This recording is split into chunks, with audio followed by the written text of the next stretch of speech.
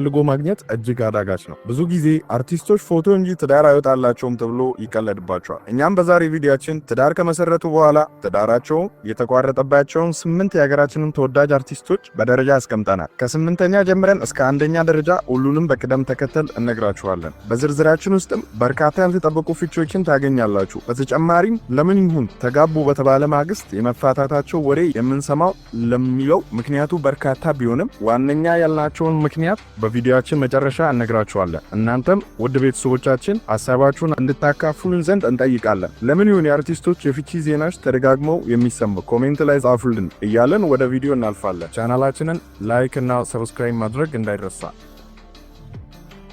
8ኛ ላይ ተወዳጁን ድምጻዊ ነዋይ ደበበና አይዳ ሐሰን አስቀምጠናቸዋል። ነዋይ ከትልልቆቹ የሀገራችን ድምጻውያን የሚመደብ አንጋፋ ድምጻዊ ነው። በርካታ ውብ ሙዚቃዎችን ያስደመጠን ነዋይ በተደጋጋሚ ጊዜ ከህወሓት ጋር ባለው ግንኙነት ትችቶች ሲደርሱበት እንደነበር የሚታወስ ነው። ኑሮውን ለ20 ዓመታት በአሜሪካ አድርጎ በቅርቡ ደግሞ ወደ ኢትዮጵያ ሊመለስ ችሏል። የቀድሞ ባለቤቱ አይዳ ብትሆንም ኑሮዋን ያደረገችው በሀገር አሜሪካ ነው። ከ20 ዓመታት በፊት ትዳራቸውን የቋጩት ጥንዶቹ ለትዳራቸው 2 ልጆች ማፍራት ችሎ ነበር። በቅርቡ አንደኛ ልጃቸው በአሳዛኝ ሁኔታ በኖስ ማጣታቸው ይታወሳል። ነዋይም በአንድ ቃለ መጠይቅ ላይ የቀድሞ ባለቤቱን በጣም እንደሚወዳትና ለ10 ዓመታት ያህል ከጠበቃትም በኋላ ወደ ሁለተኛ ትዳር መግባቱን አስታውቆ ነበር። እንዲሁም አሜን የተሰኘውን ዘፈኑንም ለቀድሞ ባለቤቱ አይዳ ነበር የዘፈነላት። በዘፈኑም ሰላምን፣ ጽናትን፣ ፍቅርን ባንቺ ያየው፣ ህይወትን ክፉ አይንካሽ፣ በምድር ክፉ አይንካሽ፣ በዓለም ኑሪልኝ ዘላለም ዘላለም ይላትና አንቺ የህመሜ ሐኪም አንቺ በጭንቅ የተፈተንኩሽ ሲልም ይቀጥላል። እኛም ይህን ቆየት ያለ ትዳር በ8ኛ ደረጃ ላይ አስቀምጠነዋል። 7ኛ ሄኖክ ድንቁ። ከስራው በላይ እውቅናን ያገኘው ሄኖክ በተለያዩ ጊዜያት ከተለያዩ ሴቶች ጋር ስሙ በተደጋጋሚ በማህበራዊ ሚዲያ ሲነሳ ይስተውላል። በተለይም ከሜላት ነብዩ ጋር ቀለበት እንደማሰር ደርሶ የነበረው የፍቅር ህይወቱ ዝነኝነቱን ከፍ አድርጎለት ነበር። ሄኖክ ከሜላት ጋር ፍቅር ከመጀመሩ በፊት ከሌላ ሴት ጋር ለ3 ዓመታት ያህል የዘለቀ የትዳር ህይወት የነበረው ሲሆን በዚህም ያልተሳካ የትዳር ህይወት ካላቸው የሀገራችን ዝነኞች መሃል አስቀምጠነዋል። በ6ኛ ደረጃ ላይ ያስቀመጥናት ተወዳጇ ተዋናይ ማህደር አሰፋን ነው። ማህደር የኪነ ጥበቡን ዓለም ዳንሰኛ በመሆን ብትቀላቀልም ስኬት ላይ ለመድረስ ግን አልቻለችም ነበር። የኪነ ጥበቡን ዓለም ትታ በኢትዮጵያ አየር መንገድ መስራት ብትጀምርም የኋላ ግን በተወዳጁ አርቲስት ሙሉዓለም ታደሰ አማካኝነት ሰው ለሰው በተባለ የቴሌቪዥን ድራማ መድኃኒት የተባለችን ገጸ ባህሪ ወክላ በመተወን በህዝብ ዘንድ ከፍተኛ ተቀባይነትን አግኝታ ነበር። ማህደር የመጀመሪያ ትዳሯ ብዙ የማይታወቅና ምስጢራዊ ቢሆንም ባደረግነው ማጣራት በኢትዮጵያ አየር መንገድ ውስጥ በምትሰራበት ወቅት ነበር ከአንድ መልካም ፓይለት ጋር ፍቅር ጀምራ ብሎም ወደ ትዳር ገብታ የነበረው። ነገር ግን ትዳራቸው ብዙም ቆይ አልቻለም ነበር። በኋላም ማህደር የሀገራችን ቁጥር 1 ባለሀብት ከሆነው ከቢሊዮነር ሼህ መሐመድ አለሙዲን ጋር ወደ ፍቅር እንደገባች የሚታወቅ ነው። እኛም በቀድሞ ትዳሯ አለመስመር ምክንያት 6ኛ ላይ አስቀምጠናታል።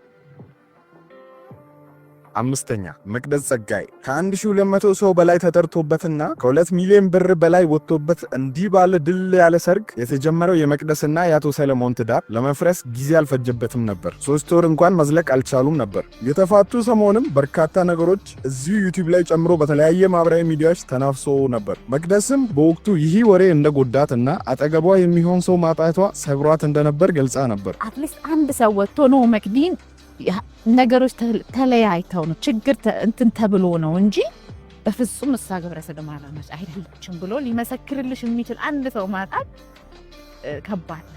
ከሮችም መሃል መቅደስ ሌዝቢያን ሆና ነው፣ ከሌላ ወንድ ጋር ተይዛ ነው፣ የለም ባሏ ቺት አድርጎባት ነው የሚሉትን ጨምሮ ሌሎች በርካታ ወሬዎች ተናፍሰው ነበር። የተዘረዘሩት ምክንያቶች ሁሉ ያስቁኝ። ሌዝቢያን ሆና ነው፣ ሌላ ሰው ወዳ ነው ምናምን። መቅደስ የተፋቱበትን እውነተኛ ምክንያት ከመናገር ተቆጥባ ነበር። የህይወት መንገድ አያስማማንም፣ ሞክረናል፣ አልተሳካም። 4ኛዋ ደግሞ ሜላት ነብዩ ናት። ሜላት ፍቅርና ትዳር ከማይበረክትላቸው የሀገራችን ዝነኞች መሃል ቀዳሚዋ ናት ቢባል ማጋነን አይሆንም። ከተለያዩ 2 ሰዎች 2 ልጆችን ያፈራችው ይቺ ተወዳጅ አርቲስት ከሄኖክ ድንቁ ጋር የነበራት አነጋጋሪ የፍቅር ህይወትም በትልቁ የሚታወስ ነው። ከመጨረሻው ባሏ ሚሊዮነሩ ሚኪ ጋር ብዙም በፍቅር ሳትቆይ በርካታ ገንዘቦችን ወጪ አድርገው በደመቀ ሰርግ ወደ ትዳር ቢገቡም ትዳራቸው ከ1 ዓመት በላይ መዝለቅ አልቻለም ነበር። እነዚህ ጥንዶች በትዳራቸው አንዲት ልጅንም ሊያፈሩ ይችሉ ነበር። ሜላት ባለፈው ሰዓትም ለሽቶ ቢዝነሷ እንደ አምባሳደር አድርጋ ከሾመችው ሞዴል ቪክ ጋር በብዙዎች እየታማች ትገኛለች። በተለይም በ10ኛው የጉማ አዋርድ ላይ ጥንዶች መስሎ መታየታቸው ሀሜቱን ከፍ አድርጎታል። ሶስተኛ ፈሪያት የማነ። በጆኒ ራጋ አበሻ የተሰኘ የሙዚቃ ቪዲዮ ወደ ኪነ ጥበቡ ዓለም የገባችው ይቺ ተወዳጅ አርቲስት ደማቅ በሆነና በትግራይ ባህላዊ የሰርግ ስነ ስርዓት ባለቤቷን ብታገባም ይህም ትዳር ወራቶችን ማሻገር አልቻለም ነበር። ገና ከሰርጉ ጀምሮ በራቁት ቪዲዮ ተገዳ ነው ከሚል ውዝግብ ጀምሮ ኢንስታግራሟ ላይ የሰርጓን ፎቶ ስትፖስት የራሷን ብቻ ነው የፖስተችው፣ የባሏ ፎቶ የለም የሚለውን ጨምሮ በሰርጉ ላይ ባሏም ቢሆን ፊቱ ላይ የሚነበበው ሳይፈልግ ያገባት እንደሆነ ነው የሚሉ ወሬዎች ነበሩ። አንዳንዶችም አክለው ባል ተከራይታ ነው እንዴ ሰውየው ምንም የደስታ ስሜት አይታይበትም ሲሉ ያክላሉ። የተፈራውም አልቀረም ነበር። ትዳራቸው በጣም በአጭሩ ነበር የተቀጨው። ፈሪያትም በአሁን ጊዜ ኑሯን በሀገር አሜሪካ አድርጋለች። ሁለተኛ ሰላም ተስፋዬ። ሰላም ከተወዳጁ የሙዚቃ አቀናባሪ ክሪቤል ተስፋዬ ወንድም አማኑኤል ተስፋዬ ጋር ትዳር መስረታ እንደነበር ይታወቃል። ሰርጋቸውም ቢሆን እጅግ ደማቅና በበርካታ አርቲስቶች የደመቀ ነበር። ነገር ግን እነዚህ ጥንዶች በትዳራቸው ልጅ ቢያፈሩ ከመለያየት አላገዳቸውም ነበር። የሰላም የገቢ መጠን እጅግ ከፍተኛ መሆኑና ከአማኑኤል ገቢ ጋር አለመመጣጠኑ የትዳራቸው መፍረስ ምክንያት እንደሆነ የቅርብ ሰዎች ይናገራሉ። በአሁን ጊዜም አማኑኤል የሚገኘው ከሀገር ውጭ አሜሪካ ሀገር እንደሆነ ልናረጋግጥ ችለናል። እንደሚታወቀው ሰላም አሜሪካን ሀገር ሄዳ የቫዝሊን ማስታወቂያ ከሰራች በኋላ በተፈጠረ የታክስ ውዝግብ አሜሪካ እንዳትገባ መታገዳ ይታወቃል። ምናልባትም አማኑኤል ከሰላም ሙሉ በሙሉ መራቁን ፈልጎት ይሁን አሜሪካ ምርጫ ያደረገው? መልሱን ለእናንተ ትተናል።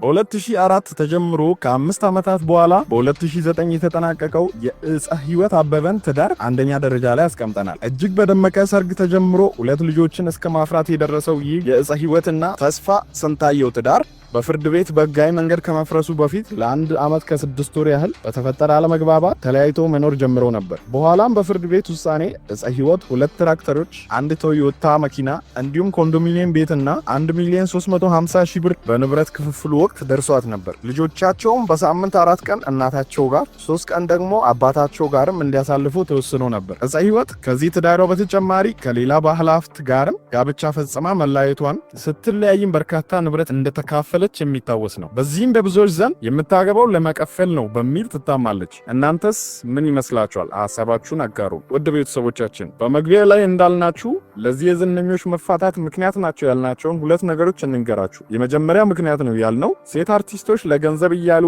ከባለሀብቶች ጋር ትዳር ይመሰርቱና በኋላም ሀብት ለመካፈል በማሰብ መፋታታቸው ሲሆን፣ ሁለተኛ ደግሞ የሴቷ ገቢ ከወንዱ በሚበልጥበት ወቅት የሚፈጠረውን አለመግባባት ነው። እናንተም ምክንያት ይሆናል የምትሉትን አጋሩን እያለን የዛሬው ቪዲዮአችንን እዚህ ጋር እናበቃ።